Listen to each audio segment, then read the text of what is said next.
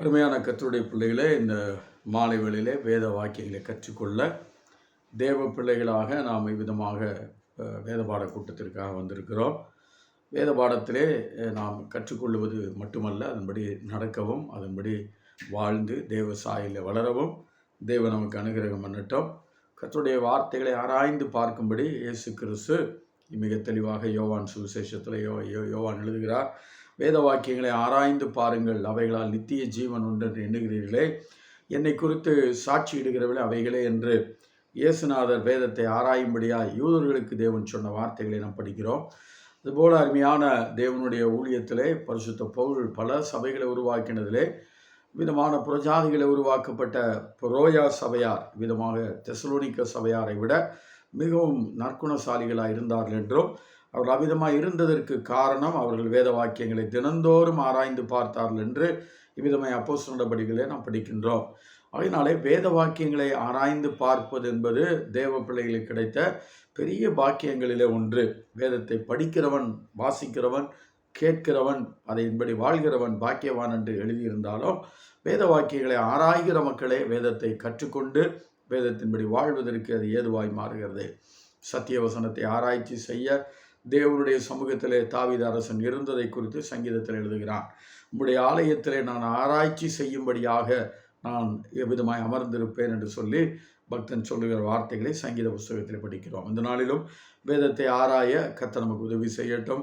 வேதபாரகனாகிய எஸ்ராவை போல நம்முடைய இருதயத்தை பக்குவப்படுத்துவோம், தேவ சாயலில் வளருவோம். கர்த்தர் நம்மை ஆசீர்வதிக்கட்டும். கண்களை மூடி நம்ம ஜெபிப்போம்.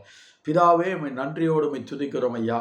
தேவனே, உம்முடைய திரு சித்தத்தை, உம்முடைய இருதயத்தினுடைய திரு உள்ளத்தை எங்களுக்கு எழுதி கொடுத்திருக்கிற வார்த்தைகளாக எழுதி கொடுத்திருக்கிற வேத புத்தகத்துக்கு நாங்கள் நன்றி செலுத்துகிறோம். ஆண்டவரே, வேதத்தை நேசிக்கிற மக்கள் தான் உம்மை நேசிக்கிறவர்கள். ஆண்டவரே, வேத வாக்கியத்தின்படி வாழ்கிறவர்கள் தான் உம்முடைய வசனங்களின்படி வாழ்கிற மக்கள், உம்முடைய இருதயத்தை சந்தோஷிப்பிக்கிற மக்கள் ஐயா. தேவனே, கற்றுக்கொள்ளுகிறவர்களும் கேட்கிறவர்கள் மட்டுமல்ல, கீழ்ப்படுகிறவர்கள் பாக்கியவான்கள், ஆசீர்வதிக்கப்படுகிறார்கள். ஆண்டவரே, கற்றுக்கொள்ளாதவர்கள் எப்படி கீழ்ப்படிய முடியும்? ஆண்டவரே, வேதத்தை ஆராயாதவர்கள் எப்படி கற்றுக்கொள்ள முடியும்? ஆராய்ச்சி செய்வதற்கு நேரம் ஒதுக்காத மக்கள் எப்படி தேவனுடைய மகிமையான சித்தத்தை அறிந்து வாழ முடியும்? ஒன்றுக்கொன்று தொடர்புடையதாக இருக்கிறபடினாலே இந்த வேதபாட கூட்டத்திற்குள்ளே கலந்து கொள்ளுகிற, இந்த வார்த்தைகளை கேட்கிற எல்லா உள்ளங்களும் தேவ ஆவியினாலே தொடப்படவும், சத்தியங்களை விளங்கி கொண்டு தேவனுடைய வாக்கியங்களை கற்றுக்கொண்டு தேவ பிள்ளைகள் தங்களுடைய வாழ்க்கையிலே அபியாசப்படுத்தி நடைமுறைப்படுத்தி பரிசுத்தமடைய கிறிஸ்துவின் வரைக்கு ஆயத்தப்பட தேவ சாயலை வளர்ந்து ஆண்டவரை பரிசுத்த சாயல் அடைய கர்த்தர் உதவி செய்வீராக. உமது கரத்தில் ஒப்படைக்கிறோம். எங்களை கட்டி எழுப்புகிற உடைய வசனங்கள் தேவனுக்குள்ளா எங்களுடைய அழுக்கையும் ஆண்டவரை மாசுகளை நீக்குகிற பரிசுத்த வேத எழுத்துக்களை நாங்கள் ஆராயும் பொழுது தேவாவியானவர் இடைபட வேண்டும் என்று கேட்கிறோம், ஒப்படைக்கிறோம். பொறுப்படுங்க. இயேசுவின் நாமத்தில் பிதாவே, ஆமென், ஆமென். கடந்த நாட்களிலே விதமாய் தேவ கிருபையினாலே எபிரேயர்கள் நிருபத்தை நாம் படித்து முடித்திருக்கிறோம். 13 அதிகாரங்களை கடந்த வேதபார கூட்டத்தோடு கூட நாம் முடித்திருக்கிறோம். இந்த ஆண்டிலே நான் விதமாக தேவ சமூகத்திலே ஜெபித்து கொண்டிருந்த பொழுது ஆண்டவர் ரோமருக்கு எழுதின நிருபத்தை ஆராய்ச்சி செய்யும்படியாக தேவன் அவ்விதமாக எனக்கு உணர்த்தினார். ரோமருக்கு எழுதின நிருபம் விதமான சரித்திர புஸ்தகத்திலிருந்து நிருபங்களுக்கு அவ்விதமாக தொடர்புபடுத்தக்கூடிய முதலாவது அருமையான நிருபமாக இருக்கிறபடினாலே பரிசுத்தாவியானவருடைய அந்த அபிஷேகத்தின்படி அந்த அருமையான தேவ மனிதர்கள் ரோமருக்கு எழுதின நிருபத்தை அப்போஸ்தலர் நடவடிக்கைகளுக்கு அடுத்தாற்போல் வைத்திருக்கிறார்கள்.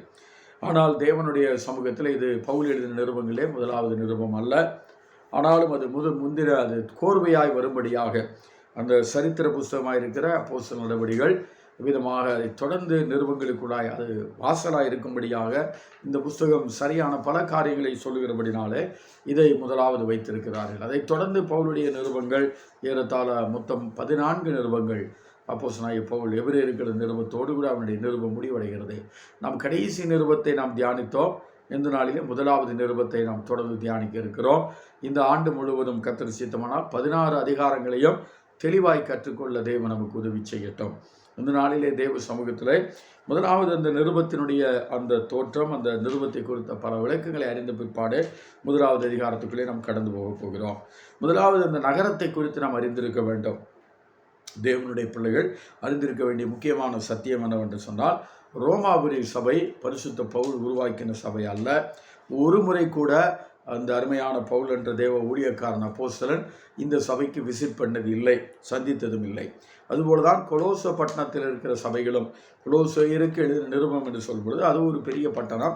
அந்த பட்டணத்திலும் நிறைய சபைகள், குட்டி குட்டி சபைகளாக அங்கே கூடி வந்தார்கள். அந்த சபைகளையும் பரிசுத்த பவுல் உருவாக்கவில்லை, அந்த சபைகளுக்கு பவுல் விசிட் பண்ணதும் இல்லை, சந்தித்ததும் இல்லை. ஆனால் அவர்களுக்கும் தேவன் தனக்கு கொடுத்த சத்தியங்களை அவர்களுக்கு எழுதும்படியாய் ஆவியானவர் நடத்தினபடினால்தான் கொலோசியருக்கு நிருபம் உருவாயிற்று. அருமையான தேவனுடைய பிள்ளைகளே, இந்த ரோமாபுரி சபை என்று சொல்லும் என்பதால் ரோமை குறித்து நாம் சில விஷயங்களை அறிந்திருக்க வேண்டும். இயேசு கிறிஸ்து பிறக்கிறதற்கு ஏறத்தாழ 754 ஆண்டுகளுக்கு முன்பதாக இவ்விதமாக இந்த பட்டணம் ஒரு பெரிய பட்டணமாய் உருவாக்கப்பட்டது. அவ்விதமான இயேசு கிறிஸ்து பிறக்கிறதற்கு ஏறத்தாழ 754 ஆண்டு காலங்களுக்கு முன்பதாக அவ்விதமாக பெரிய பட்டணமாய் உருவெடுத்த இந்த ரோம் நகரம், இது பிற்காலங்களிலே ரோம சாம்ராஜ்யத்தினுடைய தலைநகரமாய் மாறினது. இன்னும் சொல்லப்போனால் கிறிஸ்தவர்களை அழித்துவிட்டு, சத்தியங்களை அழித்துவிட்டு உருவாக்கப்பட்ட ஒரு பொய்யான மார்க்கமாக இருக்கிற ரோம சாம்ராஜ்யத்தினுடைய அவ்விதமான கத்தோலிக்க மார்க்கம் உலகளாவிய மதம் என்ற மதத்தை உருவாக்கி அதற்கு ஒரு தலைநகராகவும் இன்றைக்கும் அந்த ரோம் நகரம் திகழ்கிறது. வாடிக்கன் என்று சொல்லக்கூடிய ஒரு நாடாக, அது சிறிய நாடாக பிரகடனப்படுத்தப்பட்டு கத்தோலிக்க மார்க்கத்தினுடைய எல்லாவற்றுக்கும் மேலான தலையாக இருக்கிற போப்பாண்டவர் என்று சொல்லுகிறவர் தங்கி இருக்கிற அரண்மனையும், அங்கு பெரிய ஆலயமும், அந்த பட்டணம் ரோம் நகரமும் இன்றைக்கு அவருடைய கையின் கீழாக இருக்கிறது இன்றைக்கு இருக்கிற நிலவரம். ஆனால் ஏறத்தாழ 1 மில்லியன், அதாவது 10 லட்சம் மக்கள் அந்த நகரத்திலே ஆதி காலத்திலேயே குடியிருந்தார் என்று சரித்திரம் கூறுகிறது. இன்னொரு வேத வல்லுநர் ஆதாரத்தோடு குறிப்பிடுகிறார், 4 மில்லியன் மக்கள் அதிலே குடியிருந்தார், 40 லட்சம் மக்கள் அதில் குடியிருந்தார் என்று சொல்லி அவர் குறிப்பிடுகிறார். இந்த நகரமானது அன்றைக்கு இருந்த ரோம சாம்ராஜ்யத்தினுடைய தலைநகரமாக மாறினது. அது தலைநகரமாக மாறின பொழுது அங்கே எல்லா விதமான அலுவல்களும், எல்லா விதமான மிலிட்ரியினுடைய கேம்பும், அதே வழியிலே பல அருமையான காரியங்கள் அங்கே இருந்தது. பெரிய பட்டணம். ஆனால் அந்த பெரிய பட்டணத்தில் இவ்விதமாக பெரிய பிரச்சனைகளும் வந்தது கிறிஸ்தவர்களுக்கு. ஒரு காலத்திலே நீரோ என்கிறதான மன்னன் இவ்விதமான அந்த கிறிஸ்தவத்துக்கு விரோதியாய் காணப்படுகிறவன் அரியணையிலே வீற்றிருந்த பொழுது நீரோ மன்னன் இவ்விதமாக அந்த ரோம் நகரத்திலே யூதர்களுடைய குடியிருப்புகளிலும் அதுபோல் அரசாங்க மக்கள் அலுவலர்கள் குடியிருக்கிற குடியிருப்புகளிலும் தீயை வைத்துவிட்டு அங்கே வாழ்கிற கிறிஸ்தவர்கள் மேலே பலியை போட்டான். பலியை போடுகிறது மட்டுமல்ல, அவர்களை அரெஸ்ட் பண்ணி அவர்களை கொடூரப்படுத்தி அவர்களை கொன்று குவித்தான். இப்படியாக இவர்களை கொலை செய்வது யூதர்களுக்கு பிடித்திருந்தபடினாலும் மற்ற மார்க்கத்தினர்கள் பல தெய்வங்களை வழிபடக்கூடிய அவ்விதமான மக்களுக்கு சந்தோஷமாக இருந்தபடினாலே அந்த கிறிஸ்தவர்களை அழிப்பதிலே மிகவும் தீவிர காட்டி ரோம் நகரிலே வாழ்ந்த கிறிஸ்தவர்களை அநேகரை கொண்டு குவித்தான். அவ்விதமாய் குவிக்கக்கூடிய காலத்திலே விதமாய் நெருப்பை வைத்து விட்டு வந்து அவன் சந்தோஷமாய் இசைக்கருவிகளை கேட்டுக்கொண்டு ராத்திரிகளை தூங்குவானாம். ஜனங்கள் தீக்கு இரையாகவும் தங்கள் வீடுகள் தீக்கிரையாக, ராத்திரிகளை தூங்குகிற மக்கள் தீக்கிரையாவார்கள். அதை பலியை இவ்விதமான கிறிஸ்தவ மக்கள் மேல் போடக்கூடியது அவனுக்கு விளையாட்டாக வேடிக்கையாக இருந்தது. ஆகினால்தான் இந்த ஒரு பழமொழி வந்தது. ரோம் நகரம் பற்றி எறியும் பொழுது அந்த மன்னன், ரோம் நகரத்தின் மன்னன் இவ்விதமான பிடில் வாசித்து கொண்டிருந்தான் என்று சொல்லி ஒரு ஆங்கில பழமொழியும் உண்டு. ஆண்டவர் சமூகத்தில் இப்படிப்பட்ட பேருக்குரியதான் இந்த ரோம் நகரம். இந்த ரோம் நகரத்தினுடைய பழைய நிகழ்வு அதுதான். அந்த ரோம் நகரத்திலே பலவிதமான தெய்வங்களை வழிபடக்கூடிய, பாலித்தீசம் சொல்லக்கூடிய பல தெய்வ வழிபாடுள்ள மக்கள், ஏராளமான மக்கள் இருந்தார்கள். ஒன்றே தெய்வம் என்று சொல்லக்கூடிய யூத மக்களும் குடியிருந்தார்கள். அங்கே குடியிருந்த மக்களை அகுஸ்துராயன் என்று சொல்லக்கூடிய ஒரு ராயனுடைய காலத்தில் யூதர்களை எல்லாம் நீங்கள் விதமாய் இந்த நகரத்தை விட்டு நீங்கள் காலி செய்து விட்டு போய்விட வேண்டும், ரோம பிரஜைகளாக இருக்கிற மக்கள் மட்டும்தான் ஆண்டவர் சமூகத்திலே குடியுரிமை பெற்ற பிரஜைகள் மட்டும் இங்கே குடியிருக்கலாம், மற்றவர்கள் எல்லாரும் இந்த நகரத்தை விட்டு ஓடிவிட வேண்டும் என்று சொல்லி விரட்டி அடித்த ஒரு காலத்தையும், அவ்விதமாய் விரட்டி அடிக்கப்பட்ட பொழுது ஊர் பெயர்ந்து மறுபடியும் குறிந்துவிலே வந்து தங்கியிருந்த ஒரு தம்பதிகளை குறித்தும் வேதாகமம் குறிப்பிடுகிறது. அதை இவ்விதமாக நாம் படிக்கின்றோம். அப்போஸ்தலர் நடவடிக்கைகள் புஸ்தகத்தில் விதமாக ஆக்கிலா பெர்சில்லா என்று சொல்லக்கூடிய இந்த தம்பதிகள் விதமாய் பவுல் கொரிந்து பட்டணத்துக்கு சபையை உருவாக்க போன காலகட்டத்தில் அவர்கள் அங்கே குடிபெயர்ந்து வாழ்ந்தார் என்று படிக்கின்றோம். அவ்விதமாக அப்போஸ்தலர் நடவடிக்கைகள் 18ஆம் அதிகாரம் 1-3 வரை உள்ள திருவசனங்கள் வாசிக்கிறேன். அப்போஸ்தலர் நடவடிக்கைகள் 18ஆம் அதிகாரம். அதன் பின்பு பவுல் அத்தனை பட்டணத்தை விட்டு கொரிந்து பட்டணத்துக்கு வந்து யூதர் எல்லாரும் ரோமாபுரியை விட்டு போகும்படி கிழவுதிராயன் கட்டளையிட்டபடினாலே இத்தாலியாவிலிருந்து புதிதாய் வந்திருந்த பொது தேசத்தானாகிய ஆக்கில்லா என்னும் நாமமுள்ள ஒரு யூதனையும் அவன் மனைவியாகிய பிரிஸ்கில்லாலையும் அங்கே கண்டு அவரிடத்தில் போனான். அவர்கள் கூடாரம் பண்ணுகிற தொழிலாளிகளாய் இருந்தார்கள். தானும் அந்த தொழில் செய்கிறவனாய் இருந்தபடியினாலே அவரிடத்திலே தங்கி வேலை செய்து கொண்டு வந்தான். ஓய்வு நாள் தோறும் அவன் ஜெப ஆலயத்திலே சம்பாஷணை பண்ணி யூதருக்கும் கிரேக்கருக்கும் புத்தி சொன்னான்.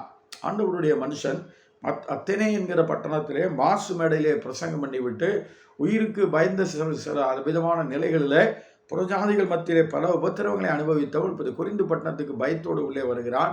வரும் பொழுதுதான் இந்த மக்களோடு கூட அவன் தங்குகிறான். அந்த ஆக்கிலாவும் பிரிசிலாவும் குடியிருந்த இடம் ரோம சாம்ராஜ்யத்தினுடைய தலைநகராக இருக்கிற ரோமிலே குடியிருந்தாள் என்பதையும், அங்கே அகுஸ்தராயன் யூதர்கள் எல்லாம் அந்த ஊரை விட்டு காலி பண்ணி விட்டு போக வேண்டும் என்று கட்டளையிட்டபடினாலே இவ்விதமாக தாங்கள் செய்கிற தொழிலுக்கேற்ற நகரமாக இருக்கிற கொரிந்துவை தெரிந்து கொண்டு ஆக்கில்லா பிரிசில்லா என்ற தம்பதிகள், குழந்தை இல்லாத தம்பதிகள், ஆனால் நல்ல ஆண்டவரை அறிந்திருந்தவர்கள், நல்ல விசுவாசிகள், ஆண்டவருடைய பிள்ளைகள், அந்த நல்ல விசுவாசிகளாக இருந்து அவர்கள் பலருக்கு ஆசீர்வாதமாக இருந்தார்கள். அவ்விதமாய் ஆசீர்வாதமாக இருந்த அந்த நிகழ்வுகளை பரிசுத்த பவுல் ரோமாபுரி சபையாருக்கு கடிதம் எழுதும் பொழுதும் சொல்லுகிற வார்த்தைகளை நாம் கேட்கின்றோம். அருமையான ஆக்கில்லா பிரிசில்லா பவுலை விதமாக ஊழியத்தின் பாதையே உயிருக்கு போராடக்கூடிய பயங்கரமான ஆபத்து நேரங்களிலும் இவர்கள் தங்கள் உயிரை கொடுத்தால் அவனை காப்பாற்றி இருக்கிறார்கள் என்று அருமையான பவுல் ரோமர்கள் நிருபம் 16ஆம் அதிகாரத்திலே இந்த ஆக்கில்லா பிரிசில்லாலை வாழ்த்தும் பொழுது அந்த வார்த்தைகளை பயன்படுத்துகிறதை படிக்கின்றோம். ஆக்கில்லா பிரிசில்லாலை குறித்து ரோமாபுரியிலே குடியிருந்து பிற்பாடு பவுலுக்கு ஊழியத்திலே பல வகையில் உதவியாக இருந்தவர்கள், அப்பல்லோவுக்கு என்ற ஊழியக்காரனுக்கு பரிசுத்தாவியானுடைய சத்தியங்களை கற்றுக் கொடுத்தவர்கள், அருமையான ஆவிக்குரிய அருமையான தம்பதிகள், பவுலை விட அப்பல்லோவை விட வயதிலே முதிர்ந்தவர்கள். 16ஆம் அதிகாரத்தில் நான் படிக்கின்றேன். ஆண்டவர் சமூகத்திலே 3வது வசனம், 4வது வசனம், 5வது வசனம். கிறிஸ்து இயேசுவுக்குள் என் உடன் வேலையாட்களாகிய பிரிஸ்கில்லாலையும் ஆக்கில்லாலையும் வாழ்த்துங்கள். அவர்களின் பிராணனுக்காக தங்கள் கழுத்தை கொடுத்தவர்கள். அவர்களை பற்றி நான் மாத்திரமல்ல, புறஜாதியாரில் உண்டான சபையார் எல்லாரும் நன்றி அறிதல் உள்ளவராய் இருக்கிறார்கள். அவர்களுடைய வீட்டிலே கூடி வருகிற சபையையும் வாழ்த்துங்கள். அகாயாவிலே கிறிஸ்துவுக்கு முதற்பலன்களாகிய என் பிரியமான எப்பணத்தை வாழ்த்துங்கள். அருமையான தேவனுடைய பிள்ளைகளே, இந்த அருமையான ஆக்கில்லா பிரிசில்லாருடைய வாழ்க்கையில் ஆக்கில்லாவை காட்டிலும் பிரிசில்லா என்ற அவருடைய மனைவி மிகுந்த வைராக்கியம் உள்ளவளாய், தேவபக்தி உள்ளவளாய், அதிகமான ஊழியங்களை செய்கிறவராய் இருந்தபடினாலே பல இடங்களிலே ஆக்கில்லா பிரிசில்லா என்று எழுதப்படுகிற வார்த்தைகளை பரிசுத்த பவுலே சில இடங்களிலே மனைவியினுடைய பெயரை முதலாவது குறிப்பிட்டு 2வது புருஷனை குறிப்பிடுகிறார். இது அந்த நாளில் இருந்து இந்த நாள் வரைக்கும் உண்மையாயும் இருக்கிறது. தேவ ஊழியர்கள் பல ஊழியக்காரர்களை விட அவருடைய மனைவிமார் மிகவும் அருமையான ஊழியம் செய்கிற மக்களாக இருந்திருக்கிறார்கள்.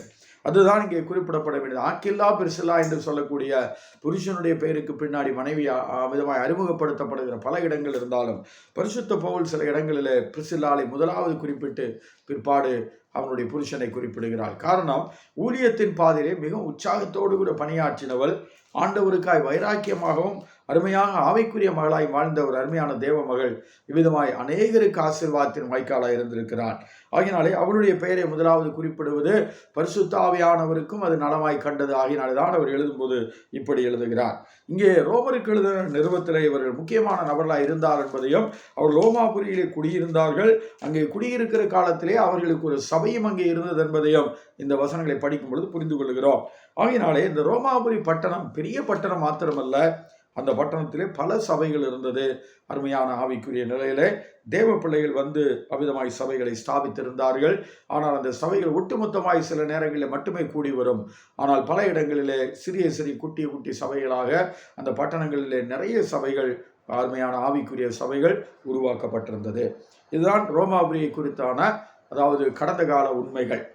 ஆனால் இப்பொழுது நாம் புரிந்து கொள்ள வேண்டியது, அங்கே எப்படி சபை உருவாயிற்று. இதை குறித்து ரோமன் கத்தோலிக்க சபையார் போப்பாக இருந்த அருமையான பேதுரு தான் அங்கே சபையை உருவாக்கினார் என்று குறிப்பிடுகிறார்கள் சரித்திரத்தில். ஆனால் அது பொய். வேதத்தை ஆராய்ந்து பார்க்கும் பொழுதும் வேறு சரித்திர புஸ்தகங்களை ஆராய்ந்து பார்க்கும் பொழுதும் ரோமன் கத்தோலிக்கர்கள் சொல்லக்கூடிய பொய் அப்பட்டமாகிறதாக இருக்கிறது.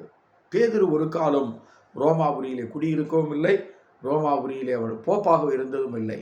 ஆண்டவர் சமூகத்திலே விதமான இயேசு கிறிஸ்துவுக்கு அப்புறம் முழு சபைக்கும் விதமான தலைவராக விதமாக போப்பாக இவர் தான் இருந்தார். யார்? அருமையான பேதுரு தான் இருந்தார் என்பதுதான் கத்தோலிக்க சபையினுடைய உபதேசம்.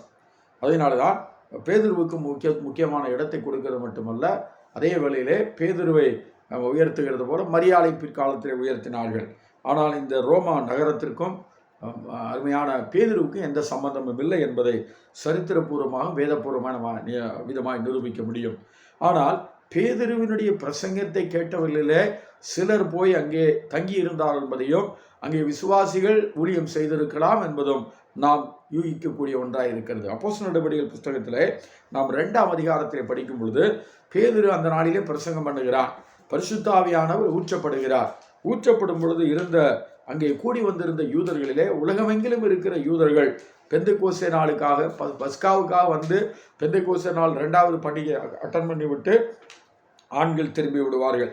வருஷத்தில் 2 பண்டிகைக்கு வரணுங்கிறதுனால இந்த 2 பண்டிகை 51 நாளுக்குள்ள 2 நிறைவேறதுனால பஸ்காவுக்கு வந்துட்டு பெந்தெக்கோஸ்தே வரைக்கும் இருந்துட்டு பெந்தெக்கோஸ்தே முடிஞ்சதுக்கப்புறம் போகிற பழக்கம். அதனால பஸ்கா ஆட்டுக்குட்டியாக இயேசு கிறிஸ்து அடிக்கப்படும் போது இவர்கள் அங்கே இருந்தார்கள். பல தேசத்தாரும் யூதர்கள் அங்கே காணப்பட்டார்கள். அதன் பிற்பாடு பெந்தெக்கோஸ்தே நாளிலும் ஏராளமான யூதர்கள் பெந்தெக்கோஸ்தே பண்டிகைக்கு வந்திருந்தார்கள். வந்திருந்தவர்களில் இவ்விதமாய் காணப்படுகிற 13 பாஷை பேசுகிற மக்களை குறித்து பரிசுத்த ஆவியானவர் எழுதுகிறார். இந்த 120 பேர் பேசினதுல 13 பாஷைகள் அங்கிருந்த யூதர்களுக்கு புரிந்தது. அவர்கள் பேசின பாஷை மனுஷர் பாஷையாக இருந்தபடினாலே அது புரிந்தது. புரிந்தவர்களுக்குள்ளே அங்கே ரோமாபுரியாரும், அதாவது ரோம் நகரத்திலே வாழக்கூடிய மக்களும் அங்கே பெந்தெக்கோஸ்தே பண்டிகைக்காக எருசலேமுக்கு வந்திருந்தால் என்பதை நாம் புரிந்து கொள்ளலாம். இப்பொழுது நாம் படிக்கலாம். அப்போஸ்தலர் நடவடிக்கைகள் 2ஆம் அதிகாரத்திலே 10வது வசனம். அப்போஸ்தலர் நடவடிக்கைகள் 2ஆம் அதிகாரத்தில் 10வது வசனம் படிக்கிறேன். 9, 10, 11 ஆகிய வசனங்களில் 13 அருமையான மொழிகள் பேசக்கூடிய மக்கள் பாஷைகளை புரிந்தார்கள். 107 பாஷைகள் புரியவில்லை என்பதை புரிந்து கொள்ளலாம். அதில் 10வது வசனத்தை வாசிக்கிறேன். பம்பிலியா எகிப்து என்னும் தேசத்தார்களும் சிரேனே பட்டணத்தை சுற்றி இருக்கிற லீபியாவின் திசையில் குடியிருக்கிறவர்களும் இங்கே சஞ்சரிக்கிற ரோமாபுரியாரும் யூதரும் யூத மார்க்கத்தை அமைந்தவர்களும்.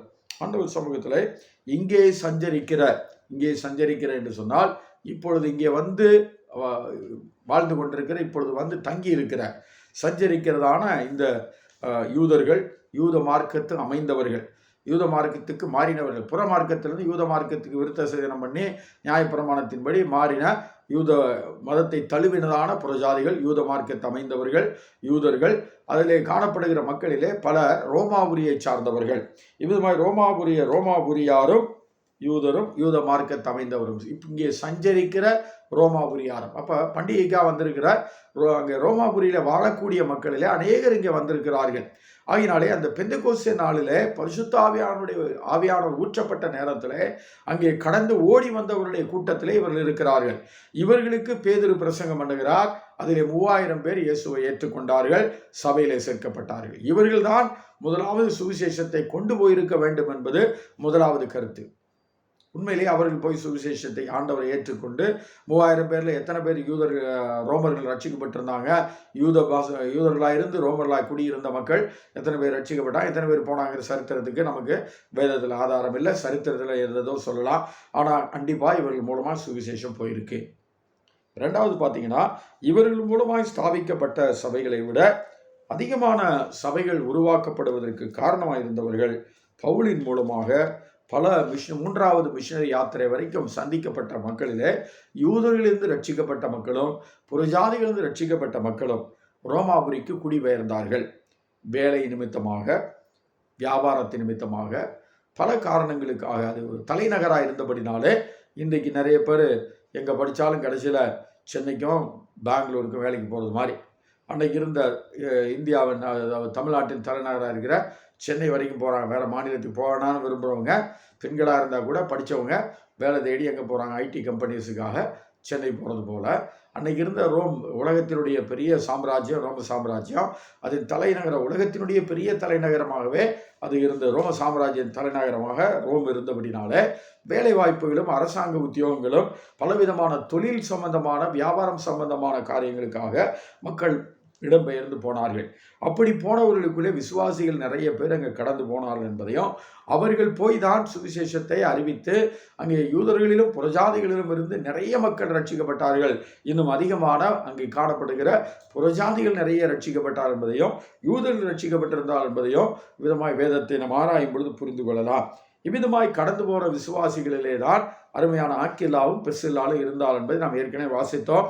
அப்போஸ்தலர் 18 அதிகாரம் 1-4 வரை. ஆகினாலே இந்த இடங்களில் அருமையான மக்கள் நிறைய பேர் ரட்சிக்கப்பட்டு கர்த்தர் கிருபையினாலே இருந்தார்கள்.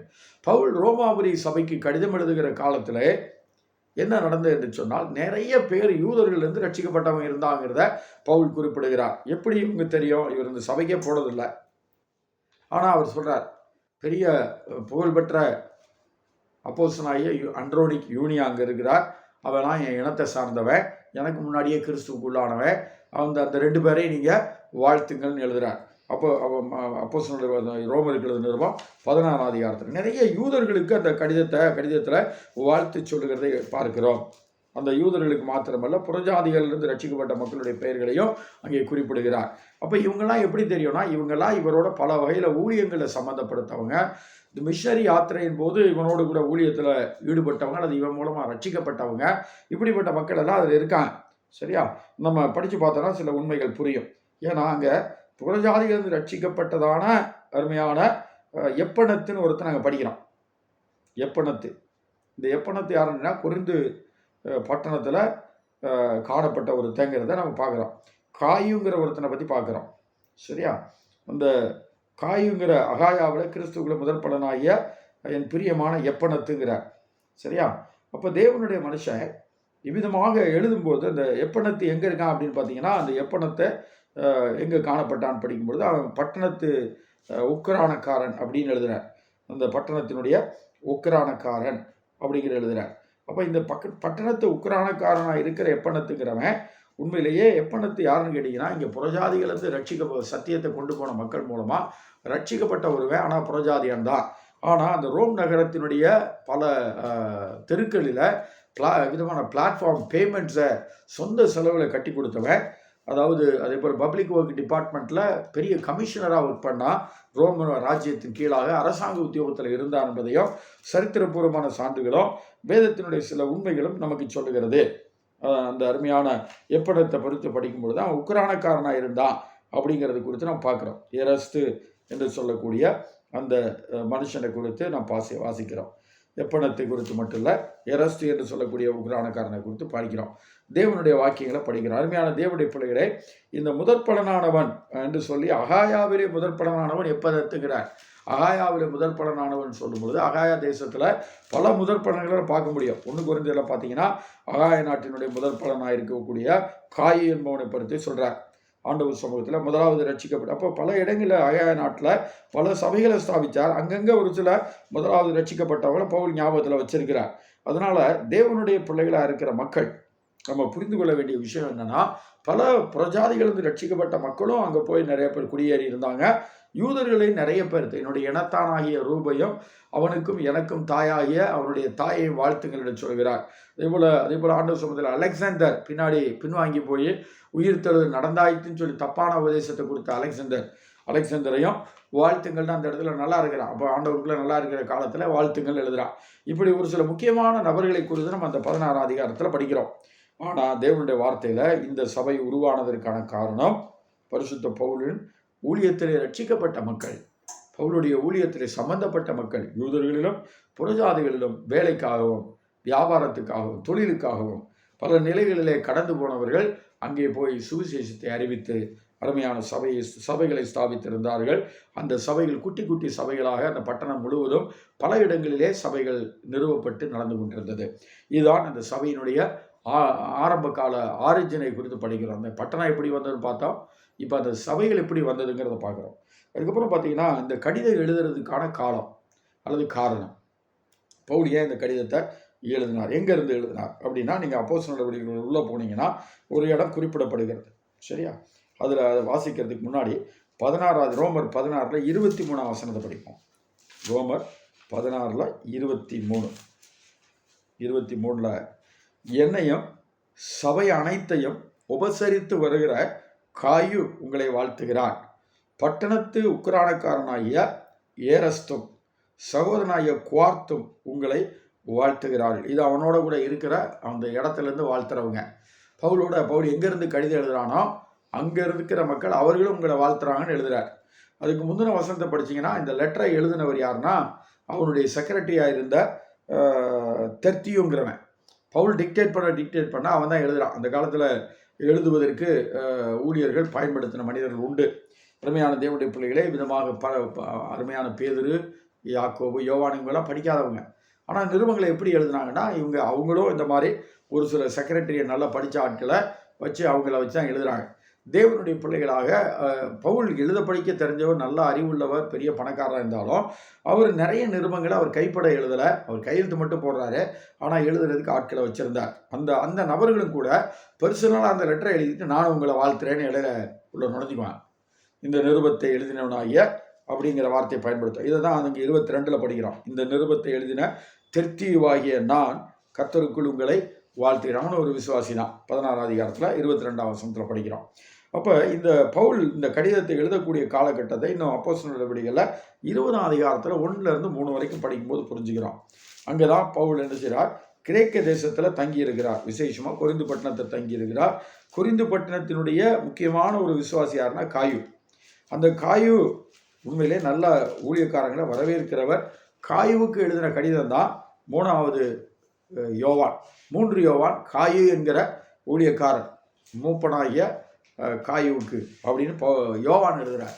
அந்த யோவான் எழுதும்போது கூட ஊழியக்காரங்களாம் நல்லா கவனித்து அனுப்புகிறான். யூத விசுவாசியாக ஊழியருக்கு வந்தாலும் சரி, புறஜாதியில் வந்தாலும் சரி, எல்லாரையும் நல்லா கவனித்து அனுப்புகிறான். நல்ல சாட்சியுள்ள ஒரு விசுவாசி, நல்ல ஒரு ஊழியக்காரனாக அவன் மூப்பனாக ஊழியம் செஞ்சுருக்கிறான். அந்த காயுவை பற்றி பல ஆதாரங்கள், பல விஷயங்கள் உண்டு தேவனுடைய சமூகத்தில். அது நம்முடைய ஆராய்ச்சி அல்ல. ஆனால் அந்த காயுனுடைய வீட்டில் கொரிந்து பட்டணத்தில் ஒரு 3 மாதம் கிரீஸ்ன்னு சொல்லக்கூடிய கிரேக்க தேசத்தில் பவுல் தங்கியிருக்கிறார். காயு வீட்டில் தங்கியிருக்கிறார். அப்போ தான் இந்த ரோமர்களது நிருபத்தை எழுதினாருங்கிறத நம்ம புரிந்து கொள்ள முடியும். ஏன்னா அந்த காயுனுடைய வீட்டில் இருந்து காயுவும் வாழ்த்துறாங்கிறத 16:23 நம்ம படித்தோம். சரியா? இந்த சபை அனைத்தை விசாரிக்கிற காயு என்பவன் உங்களை வாழ்த்துகிறான்னு 16:23 எழுதுறார். அப்போ அந்த வீட்டில் இருந்தால் எழுதுகிறான். அந்த வீட்டில் எழுதுனது யாருன்னா அந்த தெர்த்தியுங்கிறவன். ஆனால் அந்த வீட்டில் இருந்து எழுதுறதுனால அவனும் வாழ்த்துகளை தெரியப்படுத்துகிறான் அப்படிங்கிறத சொல்கிறார். அப்போ ஆண்டவர் சமூகத்தில் இந்த பட்டணத்தில் 3 மாதம் தங்கியிருந்தான். இதை நான் படிக்கிறேன். ஆண்டவர் சமூகத்தில் அதாவது அத்தனையில் பயங்கர கலகம் அமர்ந்த பிற்பாடு இங்கே புறப்பட்டு வந்துடுறான். தீபத்தையும் சீலா மட்டும் விட்டுட்டு இவன் மட்டும் கிளம்பி வரான். ஒத்தையில் கிளம்பி வர்றான். கிளம்பி வரும்போது கலகம் அமர்ந்த பின்பு பவுல் சீசரை தன்னிடத்தில் வரவழைத்து வினவி கொண்டு மக்கதோனியாவுக்கு போக புறப்பட்டான். அவன் அந்த திசைகளிலே சுற்றி நடந்து சீஷர்களுக்கு வெகுவாய் புத்தி சொல்லி கிரேக்கு தேசத்திலே சேர்ந்தான். அங்கே 3 மாதம் சஞ்சரித்த பின்பு அவன் கப்பல் ஏறி சீரியா தேசத்துக்கு போக மனதாயிருந்த போது யூதர்கள் அவனுக்கு தீமை செய்யும்படி இரகசியமான யோசனையாய் இருந்தபடியால் மக்கதோனியா தேசத்தின் வழியாய் திரும்பி போக தீர்மானம் பண்ணினான். ஆண்டவர் சமூகத்தில் இந்த 3rd மிஷனரி ஜார்னி முடிச்சுட்டு 2வது அவங்களுக்கு எருசலேமுக்கு போகும்படியாக தீர்மானம் பண்ணிட்டு எருசலேமுக்கு போக வேண்டாம்னு சொல்லி நிறைய பேர் அழுகிற காட்சியெல்லாம் பின்னாடி பார்க்குறோம். ஆனால் எருசலேமுக்கு போகிறான். எருசலேம் போக சும்மா போல தர்ம பணத்தை எடுத்துகிட்டு போகிறான். 3வது மிஷனரி யாத்திரையில் முடிச்சுட்டு அதுக்கப்புறம் என்ன செய்யறான்னா தர்ம பணத்தை எடுத்துகிட்டு எருசலேம் போகிறான். நிறைய காசு அவன் கையில் இருக்குது. அதே நேரத்தில் யூதர்கள் அவனை எப்படியாவது கொலை பண்ணணும்னு சொல்லி ஏற்கனவே பட்டணங்கள் தோறும் இவன் ஊழியங்களை செஞ்சு மோசேயினுடைய முறைமையை கை கொள்றதுனால ஒருத்தனும் நீதிமானாக போகிறதில்ல. விருத்த சேதனம் பண்ணுறனாலேயோ பலிகளினாலேயோ ஒருத்தனும் பூரணராக போகிறதில்ல. அந்த பலிகளெல்லாம் இயேசுவுக்கு தான் அடையாளமாக காணப்படுகிறது. எல்லா விதமான சடங்குகளும் இயேசுவை தான் காமிக்குது. இயேசு சிலுவையில் மரித்ததுனால தேவனுடைய பிள்ளையாக நீங்கள் என்ன செய்ய வேண்டியதில்லை, பலிகள் எதுவும் செலுத்த வேண்டியதில்லை, மோசையின் முறைப்படி வாழ வேண்டியதில்லை. புதிய உடன்படிக்கையை இயேசுனார் பண்ணிட்டாரு. பழைய உடன்படிக்கை ஆண்டவர் தள்ளி போட்டாரு. அது நிறைவேற்றி முடித்து விட்டார். இனிமேல் அது எஃபெக்டில் இல்லைங்கிறத பவுல் பிரசங்கம் பண்ணால யூதர்களுக்கெல்லாம் பயங்கர கோபம். மோசேக்கு விரோதமாக பேசுகிறான், தேவாலயமில் கூடி வரணுங்கிற அவசியம் இல்லைன்னு பேசுகிறான், பண்டிகைக்கு போக வேண்டாம்னு பேசுகிறான், பலி செலுத்த வேண்டாம்னு பேசுகிறான். இவன் யூத மார்க்கத்தை அழிக்க பார்க்குறான். புதுசாக ஒரு கிறிஸ்தவ மார்க்கத்தை இயேசுநாதர் தான் தேவன், இயேசுநாதர் தான் ரட்சகர், இயேசுதான் தான் மேசியா, இயேசு தான் வரப்போகிற ராஜான்னு சொல்லி ஆணித்தரமாக பேசி சத்தியங்களை உபதேசம் பண்ணுறதுனால நிறைய யூதர்கள் மனம் மாறி இயேசு கிறிஸ்துவை ஏற்றுக்கொண்டதுனால யூத மார்க்கத்தின் மேலே வைராக்கியம் பிடித்த மக்கள், பவுலை போல யூத மார்க்க வெறி பிடித்த மக்கள் பவுலை எப்படியாவது கொலை பண்ணணும்னு எல்லா பட்டணங்களையும் அவங்க என்ன செய்கிறாங்க, பல இடங்களில் முயற்சி பண்ணுறாங்க. அதனால் பவுலுக்கு இந்த பணத்தை கொண்டு போகிறதுக்கு ஒரு வகையில் பயம். அந்த பயத்தினால என்ன செய்யறான்னா, வந்த வழியை விட்டுட்டு வந்த வழியில் போகணும்னு தீர்மானம் பண்ண பாதையில் போகாமல் மறுபடியும் மக்கதோனியா வரைக்கும் வந்து திரும்பி என்ன செய்யறான்னா, வேற ரூட்டில் எருசலேம் போகிறதுக்கு பிளான் பண்ணுறான். அப்படிப்பட்ட காலகட்டத்தில் ஒரு 3 மாதம் இந்த கொரிந்து பட்டணத்தில் இருக்கிற காயோட வீட்டில் தங்கி இருக்கிறான். அப்போ தான் அந்த ரோமாபுரிக்கு கடிதம் எழுதுகிறான். ஏன் அப்படிங்கிறது இன்னும் கொஞ்சம் நல்லா நம்ம புரிஞ்சுக்கணும்னா, இப்போ ரோமருக்கு எழுதின நிருபத்தில் நம்ம கொஞ்சம் உள்ள கடந்து போனால் தான் அந்த விஷயங்களை புரிந்து கொள்ள முடிகிறது. ஆண்டவருடைய மனுஷன் இவ்விதமாக ரோமாபுரிக்கு போகிறதுக்கு முன்னாடி ரோமாபுரி மக்களுக்கு என்ன செய்யறான்னா, கடிதத்தில் எழுதுகிறான், நான் இந்த மாதிரி பணத்தை கொண்டுக்கிட்டு போகிறேன், அந்த யூதர்கள் முதல்ல அந்த காணிக்கையை வாங்கணும். ஏன்னா புறஜாதிகளை நாய் மாதிரி நினைக்கிற அந்த யூதர்கள் ஆண்டவருடைய மக்கள் பட்டினியாக கிடந்து செத்தாலும் செத்தம் புறஜாதிகள்கிட்ட காசை வாங்கி பிச்சை காசை வாங்கி பிழைக்கணுமான்னு சொல்லி அந்த ஜாதி வெறியில் என்ன செய்யக்கூடாது, ரட்சிக்கப்பட்ட விசுவாசிகளை விட ஜாதி வெறி பிடிச்சி நான் கொண்டு போகிற காணிக்கை அங்கீகரிக்காமல் விட்டாங்கன்னா நான் சேர்த்து எல்லா ஒரு வருஷத்துக்கு மேலே எல்லா சபைகளுக்கும் சுற்றறிக்கை விட்டு ஒவ்வொரு சபையில் போய் பேசி தீத்துவை கொண்டு கலெக்ட் பண்ணி தீத்து மூலமாக பல அருமையான காரியங்களை சேகரித்து நிறைய பணத்தை கொண்டு வரான். எருசலேமில் இருக்கிற அந்த பஞ்சத்து நிமித்தமாக கஷ்டப்படுற விசுவாசிகளுக்கு கொண்டு வரான். அதனால் ஏற்றுக்கொள்ளாமல் போயிட்டாங்கன்னா அந்த தர்ம ஊழியர் நிறைவேறாமல் போயிடும். அதுக்காக நீங்கள் ஜெபம் பண்ணுங்க. இன்னொன்று, யூதர்கள் எனக்கு விரோதமாக எப்போ போனாலும் என்னை கொலை பண்ணுறதுக்கு ரெடி பண்ணுறாங்க. நான் எருசலேமுக்கு வந்திருக்கேன்னு தெரிஞ்சால் கண்டிப்பாக எனக்கு சுற்றி கூடுவாங்க.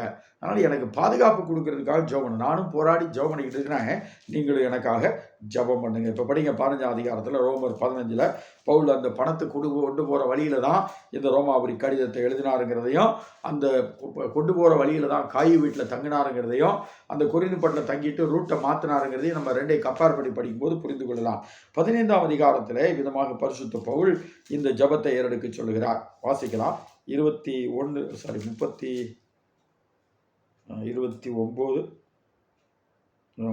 படிக்கலாம். மேலும் சகோதரரே, 30 32 வரைக்கும் படிக்கிறேன். 15 30 31 32. மேலும் சகோதரரே, தேவ சித்தத்தினாலே நான் சந்தோஷத்துடனே உங்களிடத்தில் வந்து உங்களுடைய இளைப்பாறும்படியாக நான் வந்து உங்களை பார்க்கணும்னு ஆசைப்படுறேன்.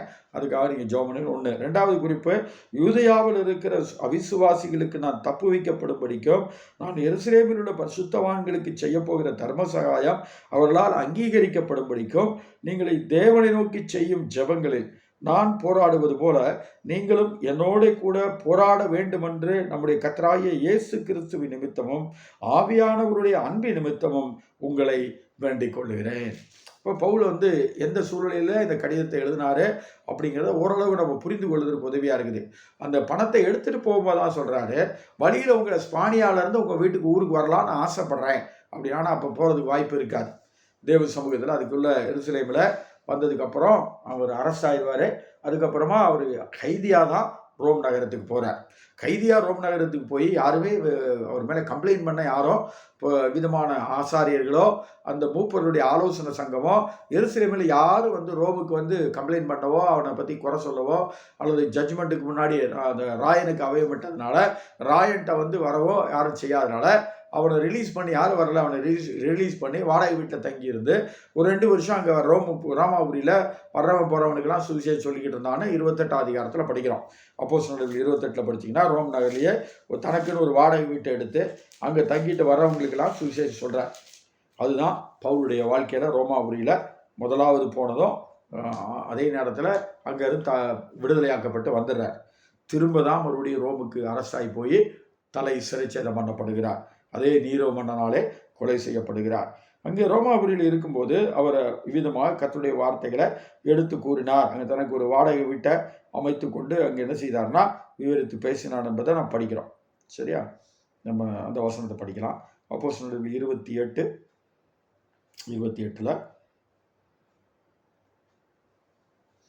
30வது வசனத்தை படிக்கிறேன். பவுல் தனக்காக வாடகைக்கு வாங்கியிருந்த வீட்டில் 2 வருஷம் முழுவதும் தங்கி தன்னிடத்தில் வந்த யாவரையும் ஏற்றுக்கொண்டு மிகுந்த தைரியத்துடனே தடையில்லாமல் தேவனுடைய ராஜ்யத்தை குறித்து பிரசங்கித்து கர்த்தராகிய இயேசு கிறிஸ்துவை பற்றிய விசேஷங்களை உபதேசம் பண்ணி கொண்டு இருந்தான்.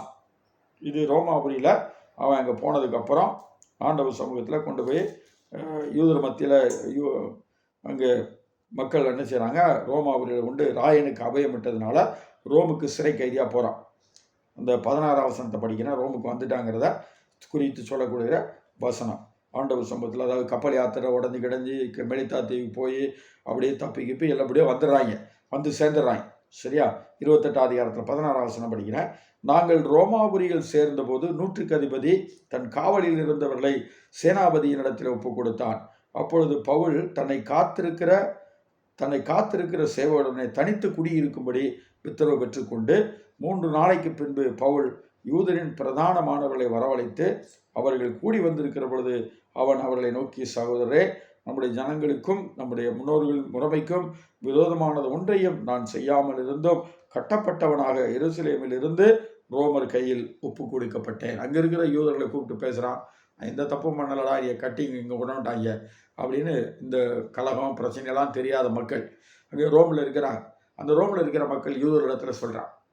ஆனால் அதுக்கப்புறம் சத்தியத்தையும் சொல்கிறான். நிறைய பேர் எதிர்க்கிறாங்க, யூதர்கள் எதிர்க்கிறாங்க. ராயனுக்கு அவமிட்டதுனால ராயனுக்கு இடத்துல கொண்டு வந்து ஒப்படைச்சிட்டாங்க. அந்த ராயனுடைய அரண்மனையில் அவன் கொஞ்ச நாள் வீட்டு கைதியாக இருப்பான். அதுக்கப்புறம் வாடகை வீடு பிடிச்சி தனியாக குடியிருப்பான். இதெல்லாம் அந்த பகுதியை கவனமாக படிச்சிங்கன்னா புரியும். அப்போ ரோம் நகரத்துக்கும் பவுலுக்கும் எந்த விதமான சம்பந்தம் இல்லை. இந்த கடிதம் எழுதுகிற வரைக்கும் எந்த விதமான சம்பந்தம் இல்லை. அதனால ரோம் நகருக்கு இந்த கடிதத்தை எழுதுன நோக்கம், தனக்கு தேவன் வெளிப்படுத்தின சத்தியங்களை, தான் அறிந்திருக்கிற சத்தியங்களை ரோமாபுரி சபையாருக்கு கடிதம் வாயிலாக தெரியப்படுத்துகிறார். காரணம் என்னன்னா, இவருக்கு போகிறதுக்கு வாய்ப்பு கிடைக்கல. இப்போ பவுலுடைய காரியங்களை குறித்து நம்ம பார்க்கலாம். 1ஆம் அதிகாரத்தில் படிங்க.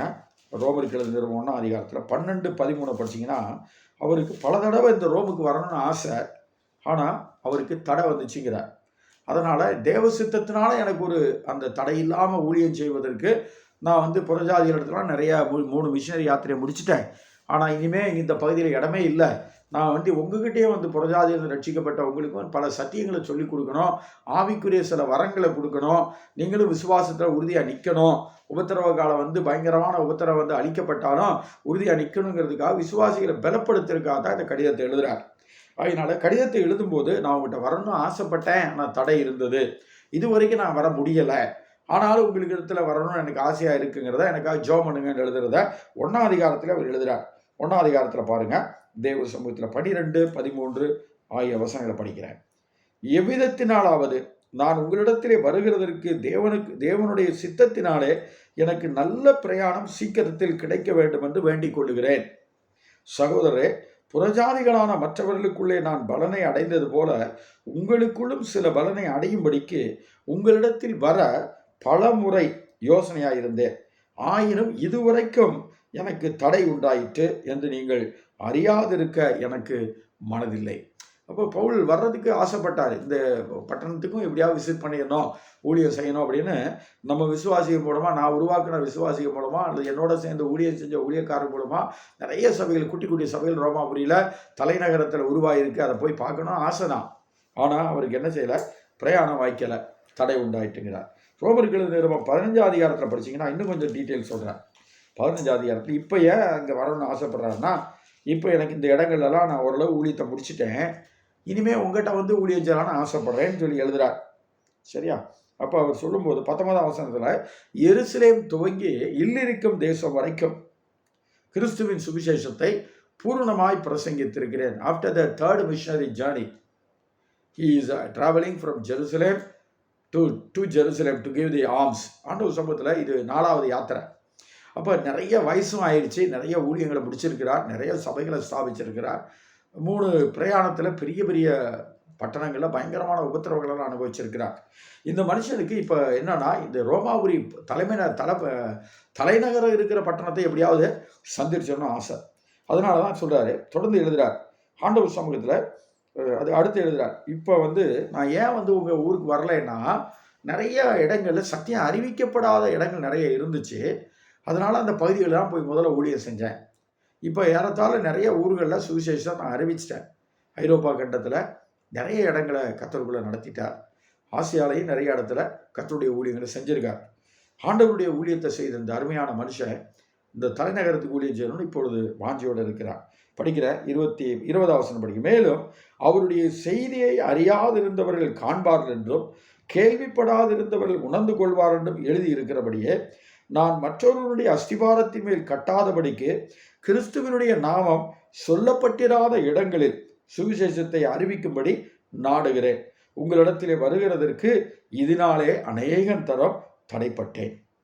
இப்பொழுது இந்த திசைகளில் எனக்கு இடமில்லாததினாலே உங்களிடத்திலே வரும்படி அநேக வருஷமாய் எனக்கு மிகுந்த விருப்பம் உண்டாயிருந்தபடினாலும் நான் ஸ்பானியா தேசத்துக்கு பிரயாணம் பண்ணுகையில் உங்களிடத்தில் வந்து உங்களை காண வேண்டும் என்று உங்களிடத்தில் சற்று திருப்தி அடைந்த பின்பு அவ்விடத்திலிருந்து உங்களால் வழிவிட்டு அனுப்பப்படவும் எனக்கு சமயம் கிடைக்கும் என்று நம்பி இருக்கிறேன்.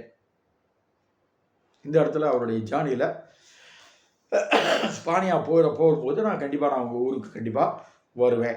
எனக்கு ஆசையாக இருக்குது. எனக்கு ரொம்ப நாள் எனக்கு ஆசை. ஆனால் நிறைய இடங்களில் ஊழியங்கள் நல்லா நடைபெறாதனால, ஊழியங்களில் சுவிசேஷம் அறிவிக்கப்படாதனால அந்த பகுதியிலே நான் நிறைய காலம் செலவழிச்சிட்டேன். இப்போ இதெல்லாம் நிறைய முடிஞ்சதுனால உங்ககிட்டே வந்து கொஞ்சம் ஊழியம் செய்யணும்னு ஆசைப்பட்றேன். அதனால் ஸ்பானியாவுக்கு வரும்போது கண்டிப்பாக உங்கள் ஊருக்கு வருவேன். அதுக்கு எனக்கு பிரயாணத்தில் வாய்ப்பு கிடைக்கும்படியா ஜெபம் பண்ணுங்கன்னு தான் 15 அதிகாரத்தில் பின்னாடி எழுதுகிறேன். இவரும் ஜெபம் பண்ணுறார், விசுவாசிகளும் ஜெபம் பண்ண சொல்கிறார். So the purpose of this letter and the purpose of the Paul's desire, அவனுடைய விருப்பம், ஆசை, அதே நேரத்தில் அவருடைய ஊழியத்தின் இந்த கடிதம் எழுதுறதுக்கான நோக்கம், இதெல்லாம் நம்ம புரிஞ்சுக்கிறதுக்கு சில விஷயங்கள் உதவி செய்கிறது. அந்த ஆண்டவருடைய பிள்ளைகள் கொடுத்த புறஜாதிகளிடத்திலிருந்து கலெக்ட் பண்ண ஏராளமான தர்ம பணத்தை எடுத்துக்கிட்டு போகிறார். அதுக்கு பாதுகாப்பு வேணும், எனக்காக நீங்களும் ஜெபம் பண்ணுங்கன்னு அந்த மக்கள்கிட்ட கெஞ்சி கேட்டுக்கிறார். அதே இடத்துல நானும் போராடுறேன், நீங்களும் போராடி ஜெபம் பண்ணுங்கள். அங்கே இருக்கிற யூதர்கள் என்ன செய்யக்கூடாது, என்னை நிராகரிச்சிடக்கூடாது. என் கூட நிறைய சகோதரர் வர்றாங்க, பணத்தை எடுத்துகிட்டு வராங்க, உண்மை உள்ளவங்களாக இருக்கிறவங்களையும் சேர்த்து கூட்டிகிட்டு போகிறேன் அப்படிங்கிறது அந்த பகுதியில் மற்ற கொரிந்தியர் மற்ற நிருபங்களை படிச்சிங்கன்னா புரியும். அதனால் சபைகள் பணத்தை கொடுத்து அனுப்பும்போது சபைகளிலிருந்து ஒரு சில ஊழியர்களையும் விசுவாசிகளையும் சேர்த்து அனுப்புகிறாங்க, கூட பாதுகாப்புக்காக பவுல் கூட நீங்கள் போங்க அப்படின்னு. அப்படி போகும்போது தேவனுடைய மனுஷன் இந்த கடிதத்தை எழுதுகிறார். பிரயாணத்தினுடைய பாதையில் தான் கடிதத்தை எழுதுகிறார். நான் உங்கள் ஊருக்கும் வரணும்னு எனக்கு ஆசை தான், எனக்காக ஜெபம் பண்ணுங்கள், நான் இந்த மாதிரி ஊழியத்தை நிறைவேற்றுறதுக்காக எருசலேம் போயிட்டுருக்கேன், அதனால் நீங்கள் என்ன செய்ய, கண்டிப்பாக நீங்கள் எனக்காக ஜெபம் பண்ணுங்கன்னு எழுதுகிறாரு. உங்கள்கிட்ட வரணும்னு ஆசைப்பட்றேன், உங்கள் ஊருக்கும் வர்றதுக்கு நல்ல பிரயாணம் கிடைக்கட்டும் எழுதுகிறாரு. ஆனால் வர்றதுக்கு வாய்ப்பு கிடைக்காத சூழ்நிலையிலையும் தனக்கு இந்த மக்களுக்கு எப்படியாவது சத்தியங்களை அறிவிக்கணும். யூதரிலிருந்து ரட்சிக்கப்பட்ட மக்களுக்கும் புறஜாதியில் ரட்சிக்கப்பட்ட மக்களுக்கும் விசுவாசத்தினால் வருகிற நீதி, ஆவியினால் நிறைந்து வாழ்கிற வாழ்க்கை, பரிசுத்த ஆவியினாலே வாழ்வதனாலே மாம்ச இச்சைகளை நிறைவேற்றாத வாழ்க்கை, பல அருமையான அற்புதமான சத்தியங்கள். யூதர்களில் ஒரு கூட்டம் கடைசி வரைக்கும் ரட்சிக்கப்படாமல் தான் இருப்பாங்க. ரகசிய வருகையின் போது அந்த அந்திகிறிஸ்துவினுடைய ஆட்சி காலத்தில் அவங்க ரட்சிக்கப்படுவாங்க. அந்த ரகசியத்தெல்லாம் பவுல் எழுதுகிறார். ஆகையினால புறஜாதியிலிருந்து ரட்சிக்கப்பட்டவங்க நீங்கள் பெருமைப்படாதீங்க. நீங்கள் காட்டு ஒலிவ மரம், உண்மையான ஒலிவ மரம் யூதர்கள் தான். அவங்க வெட்டி வீழ்த்தப்பட்டு அந்த இடத்துல அந்த கிளையில் உங்களை ஒட்ட வைக்கிறாருன்னா நீங்களும் தாழ்மையோடு இருந்து கிருபையை பாதுகாத்துக்கிட்டீங்கன்னா தான். இல்லைன்னா அந்த ஆபிரகாம், ஈசாக்கு, யாக்கோபு என்பவர்களுக்கு கொடுக்கப்பட்ட வாக்குத்தத்தத்தில், உடன்படிக்கையில் அவங்களுக்கு கொடுத்த ஆசீர்வாதங்களை நீங்கள் சுதந்திரிக்க முடியாது. அவர்களுக்காக ஒரு நகரத்தை ஆயத்தப்படுத்தினார், புதிய எருசலேம் ஆயத்தப்படுத்தி இருக்கிறார். அவர்களுக்குள்ளதான் எல்லா நாடுகளும் ரட்சிக்கப்படும் சொல்லி அவர்களுக்கு வாக்களித்திருக்கிறார். அதனால தான் புறஜாதிகளாக நீங்கள் ரட்சிக்கப்பட்டிருக்கீங்கிறத சத்தியங்களெல்லாம் மிக தெளிவாக எழுதுகிறார். அதனால் இங்கே சொல்லப்பட்ட பல அருமையான சத்தியங்கள் ஆண்டவருடைய கிருபையினாலே அருமையாக தேவ பிள்ளைகளுக்கு உபயோகமான பல காரியங்களை பவுல் எழுதுகிறார். ஆண்டவருடைய பிள்ளைகள் ஆவிக்குரிய வரங்களை பற்றி எழுதுகிறார், பரிசுத்த அர்ப்பணிக்கப்பட்ட வாழ்க்கையை பற்றி எழுதுகிறார், கர்த்தருடைய பந்தியை பற்றி எழுதுகிறார். அருமையான தேவனுடைய பிள்ளைகள் பல காரியங்களை பற்றி இந்த பவுல் என்ன செய்கிறார், ரோமருக்கு எழுதும் நிறுவனத்தில் தேவனுடைய பிள்ளைகளுக்கு எச்சரிப்பு உண்டாகக்கூடிய காரியங்கள், நடைமுறைப்படுத்த வேண்டிய காரியங்கள் எல்லாவற்றையும் பவுல் எழுதுகிறார். அந்த சிஸ்டமேட்டிக்காக அவர் எழுதுகிற வார்த்தைகளை படிக்கின்றோம். ஆகினாலே இந்த விசுவாசிகளுடைய ஜெபத்துக்காக உதவியை நாடுகிறார். அதே வேளையில் கர்த்தருடைய பிள்ளைகள் ஆண்டவர் சமூகத்தில் அவர்களுக்கு இருக்கிறதான அந்த விசுவாசத்திலே உறுதிப்படுத்தப்படவும், வரக்கூடிய உபத்திரவ காலம், நீரோ மன்னனால் வருகிற பயங்கரமான உபத்திரவ காலங்களை புரிந்து கொண்டுதான் பவுல் இந்த கடிதத்தை எழுதுகிறார். கொடிய காலங்கள் வரும் என்று அறிவாயாக என்று கடைசி லெட்டரில் பவுல் தீமோத்தேயுக்கு எழுதும்போது அந்த ரோமாபுரி சிறைச்சாலையில் அவருக்கு தீர்ப்பு வந்துச்சு. அவர் தலை சிறைச்சேதம் பண்ணப்பட்டு கொலை செய்யப்படும்படியாக நீரோ மன்னன் தீர்ப்பு கொடுத்துப்பட்ட பிற்பாடுதான் 2 தீமோத்தேயு நிருபத்தை எழுதுகிறார். ஆகினாலே அங்கே ரோமாபுரியில் இருக்கிறார். ரோமாவுடைய அரசாகி இருக்கிற அந்த காலகட்டத்தில் எழுதின நிருபத்தில் பரிசுத்த பவுல் தீமோத்தேயுக்கு எழுதுகிறார், இன்னும் மோசமான காலம் வரும். ஆகினால விசுவாசிகளை தாம் மறிக்கிறதுக்கு முன்னாடி எல்லா சபை எங்கே இருந்தாலும் விசுவாசிகளை உறுதியாக நிற்க வைக்கணுங்கிற நோக்கத்தோடு எழுதப்பட்ட நிருபம் தான் இந்த ரோமாபுரி நிருபம். ரோமாபுரி நிருபம் ரோமாபுரிக்கு வந்ததே கிடையாது. ஆனால் அவர் அரசாகி தான் வரார், கைதியாக தான் வரார். ஆனால் கைதியாக வந்தாலும் கொஞ்ச காலம் விடுதலையாகி விடுதலையோடு அங்கே 2 வருஷம் ஊழியம் செய்கிறார். அதன் பிற்பாடு மறுபடியும் பல சபைகளை ஸ்தாபித்து சபைகளுக்கு விசிட் பண்ணுறத விதமாக சரித்திரம் சொல்லுகிறது. அதன் பிற்பாடு மறுபடியும் அரசாகி இவன் மக்களை விதமாக கலகம் உண்டாக்குறான்னு சொல்லி யூதர்கள் இந்த தேவனுடைய மனுஷனுக்கு விரோதமாக அவ்விதமான பல விதமான தப்பான பொய்யான காரியங்களை விதமாக கம்ப்ளைண்ட் பண்ணதுனால நீரோ மன்னன் கிறிஸ்தவர்களை கொலை செய்வது யூதர்களுக்கும் மற்றவர்களுக்கும் பிடித்திருந்தபடினாலே மனிதர்களை பிரியப்படுத்த தேவ ஊழியர்களை கொலை செய்து கொண்டிருந்தான். அதிலே பவுலும் கொலை செய்யப்பட்டார் என்பது சரித்திரபூர்வமான சான்று. அருமையான தேவனுடைய பிள்ளைகளை, இந்த நிருபத்தில் நாம் கற்றுக்கொள்ளக்கூடிய ஆரம்ப கால சத்தியம், தேவன் எந்த காலகட்டத்திலேயும் ரட்சிக்கப்படுவதற்கு சத்தியத்தை அறிவிப்பதையே விரும்புகிறார். பரிசுத்த பவுல் பிரயாணப்பட்டு அறியாத இடங்களில், அறிவிக்கப்படாத இடங்களை வேறொருத்தனுடைய அஸ்திபாரத்தின் மேலே கட்ட நான் விரும்பலை. சுவிசேஷம் எங்கே போய் சேரலையோ அங்கே நான் ஊழியம் செய்ய விரும்புகிறேன். இதுதான் பவுலுடைய நோக்கம். இன்றைக்கி அதுதான் உண்மையான ஊழியருடைய நோக்கமாக இருக்கும். ஒரு சபையை கட்டி உட்காந்து அந்த இடத்துல நல்லா உட்காந்து சாப்பிட்டுக்கிட்டு வர்ற வருமானத்தை எடுத்து குடும்பத்தையும் பரம்பரையும் காப்பாற்றிட்டு வாழ்ந்து கொண்டிருப்பது தேவனுடைய சித்தமாக அல்ல. அவன் தேவனுடைய ஊழியத்தில் தேவ நோக்கத்தை இழந்து போன ஊழியர் என்றே சொல்லுவேன். கர்த்தர் சமூகத்தில் தன்னால் இயன்ற மட்டும் சுவிசேஷத்தை அறிவித்த பரிசுத்த பவுலை போன்ற உண்மையான தேவ மனிதர்கள் தொடர்ந்து சாகும் வரை அறிவிக்கப்படாத இடங்களை தேடி செல்கிறார்கள். அறிவிக்கப்படாத இடங்களை தேடி செல்வதோடு விட்டுவிடாமல், அறிவிக்கப்பட்டும் தாங்கள் பிரயாணம் பண்ண முடியாத இடங்கள், தாங்கள் சந்திக்க முடியாத இடங்களுக்கு கடிதம் வாயிலாய் சத்தியத்தை அறிவிக்கிறார்கள். அருமையான தேவனுடைய பிள்ளைகளை, எப்படியெல்லாம் சத்தியத்தை அறிவிக்க முடியுமோ அந்தந்த வழிகளெல்லாம் அந்த காலத்தில் வாழ்ந்த ஊழியர்கள் அறிவித்தார்கள். கடிதங்களை எழுதி இவ்விதமான குறிந்து பட்டணத்துக்கு அருகில் இருந்த கெங்கிரேயா என்கிற ஊரில் இருந்த ஒரு சபையினுடைய டீக்கனாக, உதவிக்காரியாக இருந்தவன், டீக்கனஸ் என்று எழுதப்பட்டிருக்கிறது. உதவிக்காரர்களும் உதவிக்காரி, இந்த இடத்துல மட்டும்தான் பெண்கள் சபையினுடைய ஊழியத்தில் கடந்து வர்றாங்க. இவர்கள் அபிஷேகம் பண்ணப்பட்ட மூப்பர்களுக்கோ மூப்பருடைய மனைவியோ அல்ல, அல்லது பிரித்தெடுக்கப்பட்ட கைகளை வைத்து பிரித்தெடுக்கப்பட்ட உதவிக்காரர், அந்த உதவிக்காரியாய் நியமிக்கப்பட்டவர்கள். நம்ம சபையில் உதவிக்காரரை நியமிச்சிருக்கோம், உதவிக்காரிகள் யாரையும் நியமிக்கலை. உதவிக்காரிகளுடைய பொறுப்பு கம்யூனியன் செட் பண்ணுறது, காணிக்கை என்றது, பாய் விரிக்கிறது. இந்த வேலைகளோட உதவிக்காரரோடு சேர்ந்து பொருள் சம்பந்தமான ஆவிக்குரிய நிலையிலல்ல ஊழியங்களை செய்வதற்கு உதவிக்காரிகளாக பெண்களையும் நியமித்திருந்தார்கள். பெண்களுக்கு பலவிதமான பிரச்சனைகளை, பலவிதமான தேவைகளை பெண்களால் சந்திக்கப்படுவதற்காக நியமிக்கப்பட்டவர்கள் தான் உதவிக்காரிகள் என்று சொல்லக்கூடிய ஊழியக்காரிகள்.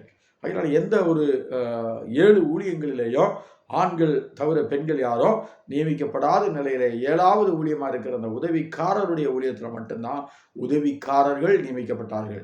அதை குறித்து பரிசுத்த பவுல் தீமோத்தேயுக்கு எழுதும்போது, உதவிக்காரருடைய மனைவிகளே சில நேரங்களில் உதவிக்காரிகளாக நியமிக்கப்பட்டிருந்தார்கள். அவர்கள் 2 நாக்கு இருக்கக்கூடாது, இங்கே ஒன்று அங்கே ஒன்று பேசக்கூடாது. அவங்க விதமாக சத்தியத்தின்படி வாழக்கூடிய மக்களாக இருக்கணும். அதே நேரத்தில் ஒரு புருஷனுக்கு வாழ்க்கை நடத்தக்கூடிய மக்களாக இருக்கணும். அது எதை காமிக்கனா, புருஷன் செத்தாலும் கூட வேறொருத்தனை கல்யாணம் பண்ணக்கூடாது, அப்படிப்பட்ட ஒரே புருஷனை உடைய ஸ்திரியாக இருக்கணும். இப்படி பல காரியங்களை பவுல் எழுதுகிறார். அவர்களும் தேவனுக்கு உகந்த வாழ்க்கை வாழ்ந்த தகுதி உள்ளவர்களை தான் உதவிக்காரியாகவும் நியமிக்கணும், உதவிக்காரராகவும் நியமிக்கணும், மூப்பர்களாக நியமிக்கணும். அப்படிப்பட்ட மூப்பர்களுடைய மனைவிகளும் தங்கள் வாழ்க்கையை கவனமாக சாட்சிகளாய் காத்துக்கொள்ள வேண்டும் என்பதை பரிசுத்த பவுல் எழுதுகிறதை நாம் படிக்கின்றோம். ஆகினால் இந்த கெங்கிரேயா சபை பக்கத்தில் இருந்த சபை, அந்த அம்மா ரோமாபுரிக்கு வர வேண்டியது இருந்ததுனால ரோமாபுரிக்கு அந்த அம்மா கிளம்பி வருது. கெங்கிரேயா சபை கொரிந்து பட்டணத்து பக்கத்தில் இருக்குது. கொரிந்து பட்டணத்தில் முக்கியமான அந்த சபையானது காயு என்கிறவருடைய வீட்டில் தான் இருந்தது. அந்த காயுங்கிற வீட்டில் தான் தங்கி இருந்து 3 மாதம் தங்கியிருந்தார். கிரேக்க நாட்டில் தங்கியிருந்தார். அதை நம்ம 20ஆம் அதிகாரத்தில் படித்தோம். அங்கே தங்கியிருக்கிற நாட்கள் தான் இந்த அருமையான தெர்த்தியுங்கிறதான ஒரு செக்ரட்டரியை வச்சு லெட்டர் எழுதுகிற அந்த லெட்டரை எழுதி இந்த அம்மா கையில் கொடுத்து என்ன செய்கிறாங்க, ட்ராவலிங்கில் போஸ்ட், அதாவது மெசஞ்சராக போஸ்ட் அனுப்புறதுக்கு, தாங்கள் எழுதுகிற கடிதங்களை அந்த நிருபங்களை தூக்கிட்டு போகிறதுக்கு உதவிக்காரிகளை பயன்படுத்தி இருக்கிறார்கள். இதில் இந்த உதவிக்காரர்களையும் ஊழியக்காரர்களையும் பயன்படுத்தி இருக்கிறார். முழு நேர ஊழியர்களை கூட பவுல் பயன்படுத்தி இருக்கிறார். எப்பாப்பிரா என்று சொல்லக்கூடிய மனுஷன் கையில் அந்த சபையினுடைய ஊழியக்காரன் காணிக்கை கொண்டு வரான். ஜெயிலில் இருக்கும்போது, ஏரோதினுடைய அரண்மனையில் இருக்கும்போது, அந்த ஏரோதினுடைய அரண்மனையில் இருக்கிற அந்த காலகட்டத்தில் எழுதின நிருபம் தான் நிறைய ஜெயில் நிருபம். எபேசியர்கள் நிருபம், அதே நேரத்தில் பிலிப்பியர்கள் நிருபம், கொலோசியர்கள் நிருபம், இதெல்லாம் ஜெயில் நிருபங்கள், சிறை நிருபங்கள். அது ரோமாபுரி சிறையில் இருக்கும்போது அல்ல, அது கடைசியாக அவர் சிறைச்சேதம் பண்ணப்பட்டதுக்கு முன்னாடி எழுதின நிருபம் 2 தீமோத்தேயு மட்டும்தான் ரோமாபுரியிலிருந்து எழுதினது. ஆனால் தேவனுடைய மனுஷன் ஏரோதினுடைய அரண்மனையில், எருசலேமில் அல்லது ஏரோதினுடைய அரண்மனையில் கைதியாக இருக்கிற காலத்தில் எழுதின நிருபங்கள் தான் சிறை நிருபங்கள் என்று 4 நிருபங்களை குறிப்பிடுகிறோம். அந்த இடத்துலலாம் அந்த வார்த்தை எழுதியிருப்பார். கட்டப்பட்டவனாக இருக்கிற நான் பவுல் எழுதுவார். அந்த நிருபங்கள், அந்த வார்த்தையை நீங்கள் படிக்க முடியும். ஆகையினால தேவனுடைய மனுஷன் பரிசுத்த பவுல் இவ்விதமான நிருபங்களை எழுதுகிற காலங்கள் பல நேரங்களில் பிரயாணங்களில் எழுதியிருக்கிறார், சிறையிலிருந்து எழுதியிருக்கிறார். எப்படி ஆயிரம் ஊழியத்தை ஏதாவது ஒரு வகையில் சத்தியத்தை கொடுத்துக்கிட்டே இருக்கார். ஐயா, என் கையை கெட்டி போட முடியும், காலை கெட்டி போட முடியும், நான் பேசுகிறத நீ தடுக்க முடியாது, நான் வர்றவன் போகிறவனுக்கு நான் சுவிசேஷம் அறிவிப்பேன்னு பிலிப்பு, அதாவது ஏரோது அரண்மனையில் இருக்கிற காலத்தில் பிலிப்பியர்கள் ஏரோது அரண்மனையில் வர்றவன் போகிறவனுக்கெல்லாம் காலும் கையும் தொழுமரத்தில் மாட்டியிருந்தாலும், இவ்விதமாக கைதியாக இருந்தாலும் சத்தியத்தை வாயினால் சொல்லிகிட்டே இருந்தான். ஐயா, எழுதக்கூடிய நேரங்கள், பிரயாணப்பட்ட நேரங்களில் எழுதுகிறான், கடிதம் எழுதுகிறான். ஐயா, சத்தியத்தை அறிவிக்கப்படாத இடங்கள் மேலே பாரம் உள்ளவனாக இருக்கிறான். இந்த இன்ட்ரோடக்ஷனை நம்ம புரிஞ்சிக்கூடிய காரியம், ஒரு முறை கூட சந்திக்காத மக்கள் மேலே எவ்வளவு பாரம் இருந்தால் இந்த கடிதத்தை எழுதியிருப்பான். அவங்களிடத்துல கூட எவ்வளவு தாழ்மை இருந்தால் எனக்காக ஜெபம் பண்ணுங்கன்னு அவன் கேட்டிருப்பான். ஒரு பெரிய அப்போஸ்தலன் 3 மிஷனரி யாத்திரைகளை முடித்திருக்கிறான். பல ஆண்டுகள் பல ஊர்களில் தங்கி சபைகளை ஸ்தாபித்திருக்கிறான். கொரிந்து பட்டணத்தில் மட்டும் 1.5 வருஷம் தங்கியிருந்தான். எபேசு பட்டணத்தில் குறைஞ்சது ஒரு 3-4 வருஷம் தங்கியிருந்திருக்கிறான் அந்த சபையை உருவாக்க. 2 வருஷமாக ஆசியா மைனர் முழுசும் சுவிசேஷத்தை வீடு வீடாக ஏறி சொன்னாங்கிறத நம்ம வேதத்தில் அப்போஸ்தலர் நடபடிகள் 20ஆம் அதிகாரத்தில் படிக்கிறோம். அருமையான தேவனுடைய மக்களே, ஊழியம் என்பது சொகுசான ஒரு வாழ்க்கை அல்ல. விசுவாசி நினைச்சா செய்கிறது இல்லை, அல்லது என் நேரம் போக சம்பாதிச்சது போக குடும்பத்துக்கு சேர்த்து வச்சது போக செய்வது ஊழியம் அல்ல. ஊழியத்தை பிரதானமாக வைத்திருந்தார்கள். அந்த ஊழியத்திற்காக நான் வாழ வேண்டும், வாழ்வதற்காக தொழில் செய்தார்கள். சின்ன சின்ன தொழில்களை ஈடுபட்டு கொண்டிருந்தார்கள். அவர்கள் பெரிய வருமானத்தையோ வசதிகளோ உண்டாக்கவில்லை.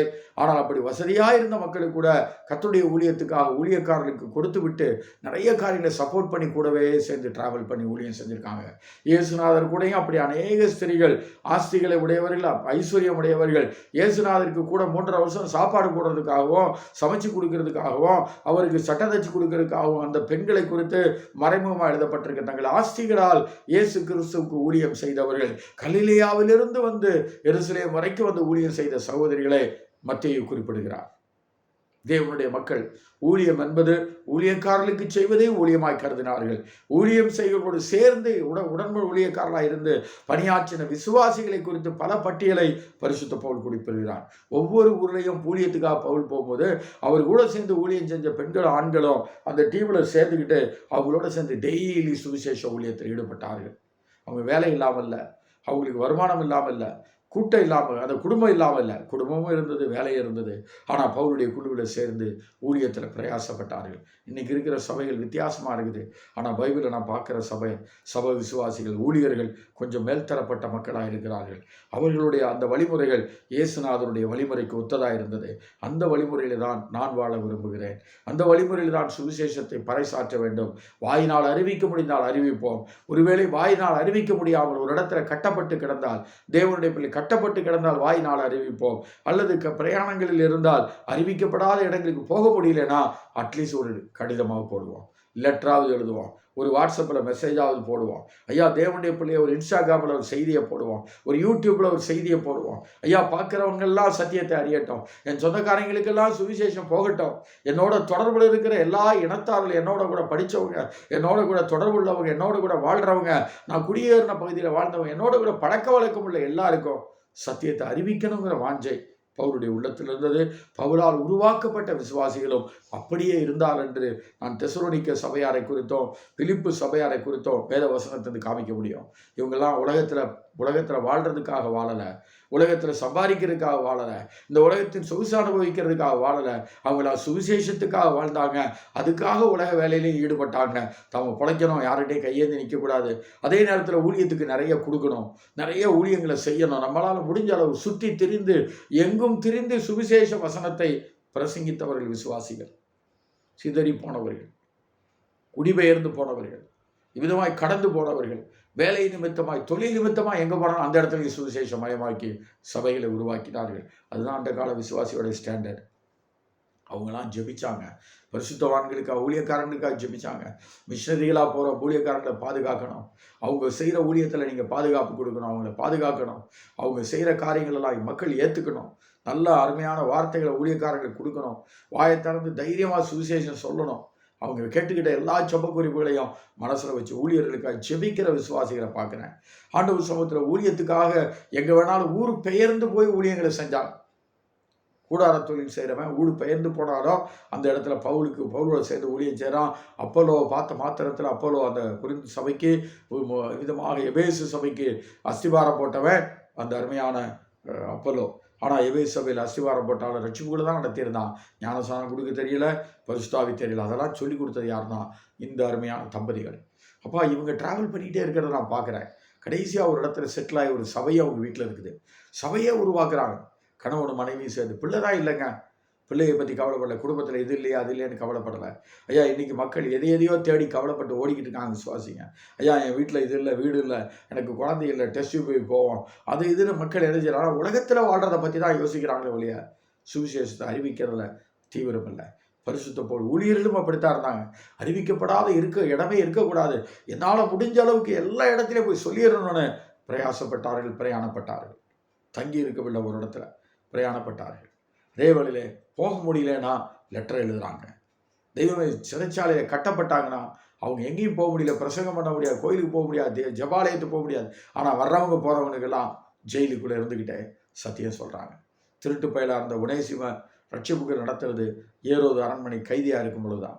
அவன் திருடிட்டு ஓடி வந்துட்டான் பிலோமோனுடைய வீட்டில். ஊழியக்கார வீட்டிலே களவாணி பயலாக திருடிட்டு வந்துட்டான்.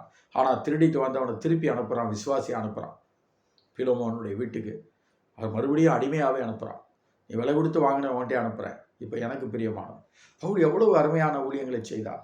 நீங்கள் விசுவாசிகளாக நீங்களும் நானும் கர்த்தருக்காக, கர்த்தருடைய ஊழியர்களாக அறிவிக்கப்படாத இடத்தை குறித்த தரிசனம் உண்டா? தேவ சமூகத்தில் நம்ம எப்படினாலும் அறிவிக்கணுங்கிற எண்ணம் நமக்கு இருக்கா? வாயை திறந்து பேசணும், எங்கே போனாலும் பேசணும். தேவனுடைய பிள்ளையாக பேச முடியாத இடத்துக்கு எப்படியாவது ஒரு வகையில் மெசேஜ் அனுப்பணும். ஐயா அன்னைக்கு இல்லாத இன்றைக்கி நிறைய வழிமுறைகள் இருக்குங்க. ஆனால் யார் செய்கிறா? அவன் பெருமையை பித்துற மாதிரி இன்றைக்கி நிறைய மக்கள் பாடல்களையும் அதை இதையும் போட்டு நிறைய காரியங்களை தனக்கு பேர் உண்டாக, தனக்கு வருமானம் உண்டாக, நிறைய பேர் லைக் பண்ணணுங்கிறத நினச்சி அந்த லைக் பண்ணுற மூலமாக வருமானம் உண்டாக்க தான் மக்கள் நினைக்கிறாங்க ஒழிய சத்தியம் போலையே, சத்தியம் அறிவிக்கப்படலையே. நிறைய மக்கள் நரகத்தின் பாதையில் போயிட்டுருக்காங்களே. இன்னும் ஏராளமான மக்கள் படித்தவர்களும் என்னோடு பழகினவர்களும் எனக்கு அறிமுகமானவர்களும் சொந்தக்காரங்களையும் என்னுடைய இனத்தார் மக்களும் கர்த்தரை அறியலையே.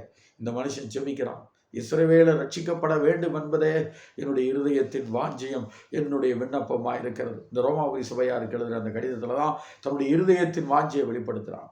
ஐயா என்னுடைய சகோதரராக இருக்கிற மக்கள், ரட்சிக்கப்படாத யூதர்கள் நரகத்துக்கு போகிறத விட நான் நரகத்துக்கு போகிறது நல்லா இருக்கும் அப்படிங்கிற அர்த்தத்தில் 9ஆம் அதிகாரத்தினுடைய ஆரம்பத்தில் எழுதுகிறான், 10ஆம் அதிகாரத்தில் எழுதுகிறான்.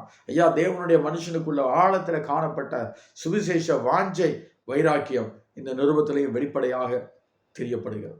இந்த மனுஷன் அந்த சபைக்கு போனதே கிடையாது, இந்த சபையை உருவாக்கணும் கிடையாது. ஆனால் அந்த சபைக்கு தன்னுடைய இருதயத்தின் ஏக்கத்தையும் வாஞ்சைகளையும் ஜெபங்களையும் ஆண்டவர் சமூகத்தில் தன்னுடைய ஊழியத்தின் தன்மைகளையும் விளக்கி எழுதுகிறான். கர்த்தர் கொடுத்த சத்தியங்களை அந்த மக்களுக்கு புரியும்படியாக எழுதுகிறான். கண்களை மூடுவோம். இன்றைக்கு அந்த தாகம், அந்த வாஞ்சை, அந்த வைராக்கியம் கர்த்தருடைய சமூகத்தில் நான் யூதனுக்கும் கிரேக்கனுக்கும் மூடனுக்கும் ஞானிக்கும் நான் சுவிசேஷத்தை சொல்ல கடனாளி என்று முதல் அதிகாரத்தில் எழுதுகிறான். என்னால் கடனாளி, நான் கடங்காரன், சத்தியத்தை சொல்ல கடங்காரன், எப்படியாவது சொல்லணும் அப்படிங்கிற வைராக்கியத்தை தேவன் உண்டாக்க கர்த்தர் சமூகத்தில், ஆண்டவர் சமூகத்தில் ஜெபிப்போம்.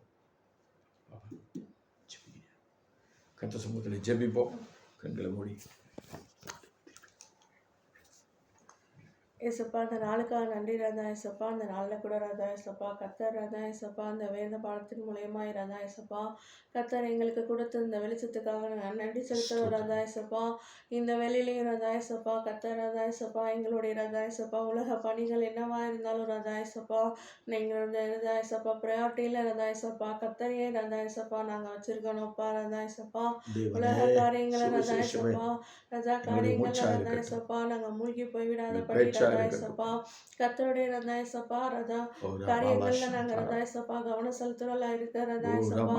ரதாயசப்பா கர்த்தர் எங்களுக்கு திரும்ப தாங்க வல்லெடுத்துங்க ரதாயசப்பா. அதே போல ரதாயசப்பா சுவிசேஷத்தை சொல்லுகிறவர்களா இருக்க ரதாயசப்பா. எங்களுக்கு ரதாயசப்பா எங்களுக்கு தெரிந்தவரிடத்துலையும் எங்களுடைய ரதாயசப்பா ஒர்க் ஸ்பேஸ்ல இருக்கிற எங்கள் கொலீக்ஸ்டையும் ரதாயசப்பா எங்க உறவினரிடத்தையும் நாங்க சொல்லுகிறவர்களா இருக்க கர்த்தர் எங்களுக்கு ரதாயசப்பா. எந்த விதமான ஹெசிடேஷனும் இல்லாம தயக்கமும் இல்லாம நாங்க பேசணும்லா இருக்கணும் ரதாயசப்பா. அந்த நாங்க ரதாயசப்பா தெரிந்து கொண்ட ரதாயசப்பா ரதா கர்த்தர் எங்களை தெரிந்து கொண்டீங்க ரதாயசப்பா. எங்களுக்கு ரட்சிப்பை கொடுத்தீங்க.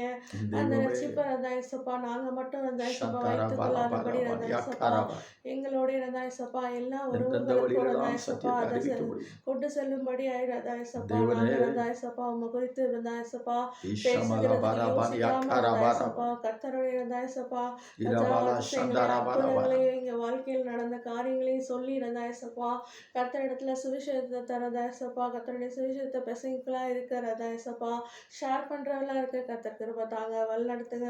நீங்களே பொறுப்படுத்திக் கொள்ளுங்க இயேசுவின் பிதாவே. ஆமென் ஆமென் ஆமென். அப்பா என் ஆத்துமாவே கர்த்தரை ஸ்தோத்திரி, என் முழு உள்ளமே அவருடைய பரிசுத்த நாமத்தை ஸ்தோத்திரி. என் ஆத்துமாவே கர்த்தரை ஸ்தோத்திரி, அவர் செய்த சகல உபகாரங்களையும் மறவாதே.